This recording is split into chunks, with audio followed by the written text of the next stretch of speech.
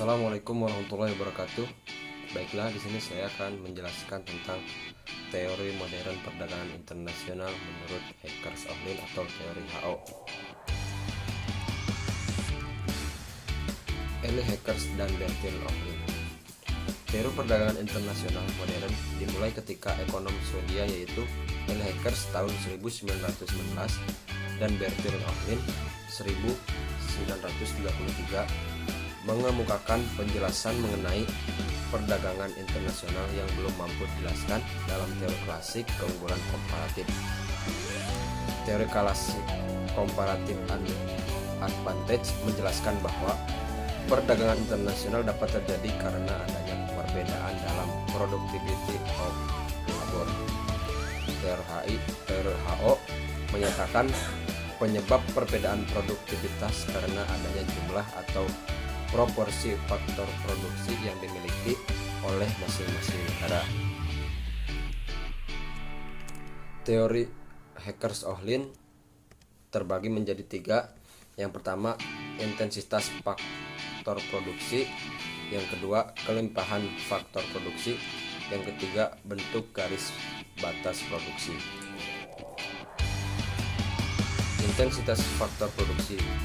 Dalam dua dunia, dua komunitas X dan Y, dan dua faktor tenaga kerja dan modal, kita mengatakan bahwa komunitas Y adalah padat modal tenaga kerja atau dalam kurung K garis miring L yang digunakan dalam produk X. Misalnya jika dua unit modal dalam kurung 2K dan dua unit tenaga kerja dalam kurung L yang dibutuhkan untuk memproduksi suatu untuk komunitas Y. Rasio modal tenaga kerja adalah 1, artinya 2/2 dalam produksi Y jika pada waktu yang sama 1K dan 4L dibutuhkan untuk memproduksi satu unit X. K per L sama dengan 1/4 untuk komoditas X karena K per L sama dengan 1 untuk Y dan K per L sama dengan 1/4 untuk X. Kita mengatakan bahwa Y adalah K intensif dan X adalah L intensif. Selanjutnya, kelimpahan faktor produksi. Menurut definisi dalam hal unit fisik, negara 2 memiliki modal yang berlimpah jika rasio dari jumlah total modal dengan jumlah total tenaga kerja atau dalam kurung TK per TL tersedia di negara 2 lebih besar daripada di negara 1 dalam kurung, yaitu jika TK per TL untuk negara 2 melebihi TK per TL untuk negara 1. Menurut definisi dari segi harga faktor produksi, negara 2 merupakan negara yang dengan modal yang berlimpah jika rasio harga sewa modal dengan harga waktu kerja atau dalam kurung PK dalam kurung PL lebih rendah dibanding negara 2 dibandingkan dengan negara 1 dalam kurung, yaitu jika PK atau PL di negara 2 lebih kecil dari PK per PL di negara 1.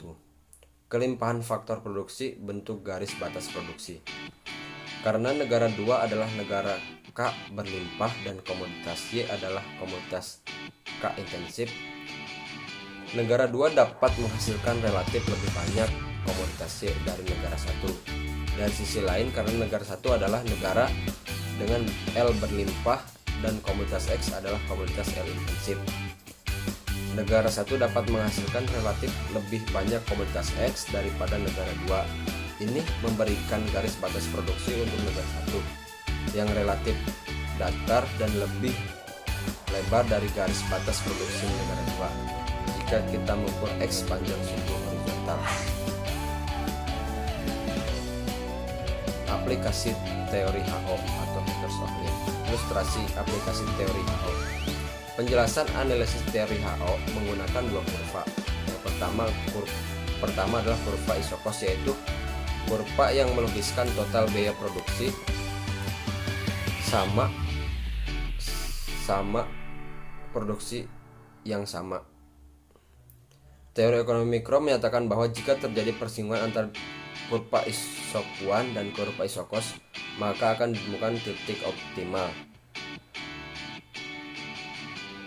Penjelasan dengan menggunakan kedua kupat tersebut, misalnya dengan contoh angka hipotesis perdagangan antara Indonesia yang dapat labor L dengan Korea Selatan yang pada modal K. Terima kasih. Sekian penjelasan dari saya. Mohon maaf apabila ada kesalahan. Kurang lebihnya wassalamualaikum warahmatullahi wabarakatuh.